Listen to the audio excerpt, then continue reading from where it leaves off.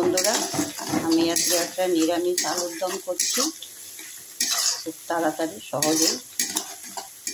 প্রথমে সর্ষের তেল দিয়েছি কড়াতে, জিরে তেজপাতা ফোড়ন দিয়েছি। জিরেটা যেই ফোড়ন হয়ে গেছে ওর মধ্যে আদা গ্রেট করে দিয়ে দিয়েছি বেশ খানিকটা, কেন নিরামিষ তো একটু বেশি আদাই লাগবে, তো আদাটা বেশি করে দিয়েছি। আদাটা হয়ে গেলে তারপর আমি এর মধ্যে টমেটো দিই। আদাটা হয়ে গেছে, আমি এর মধ্যে 4টে টমেটো দিয়েছি। 4টে টমেটো আলুর সাথে আলুগুলো সিদ্ধ করে নিয়েছি, তার মধ্যে 4টে টমেটো আমি দিয়ে দিয়েছি।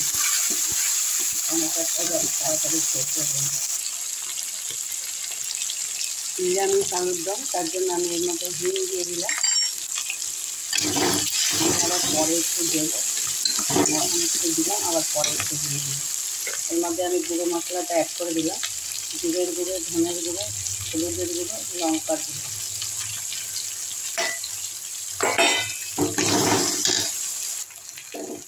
আমি এর মধ্যে নুন আর চিনি অ্যাড করে দিলাম। আমি এই যে আলুটাকে একটু নুন, একটু মিষ্টি, একটু হলুদ, একটু লঙ্কার গুঁড়ো দিয়ে আমি এটাকে প্রেসার কুকারে সিদ্ধ করে নিয়েছি, দিয়ে সিদ্ধ করে নিয়েছি। এটাকে আমি এখন মশলার মধ্যে দিয়ে দেবো। আমার মশলাটা কষানো হয়ে গেছে।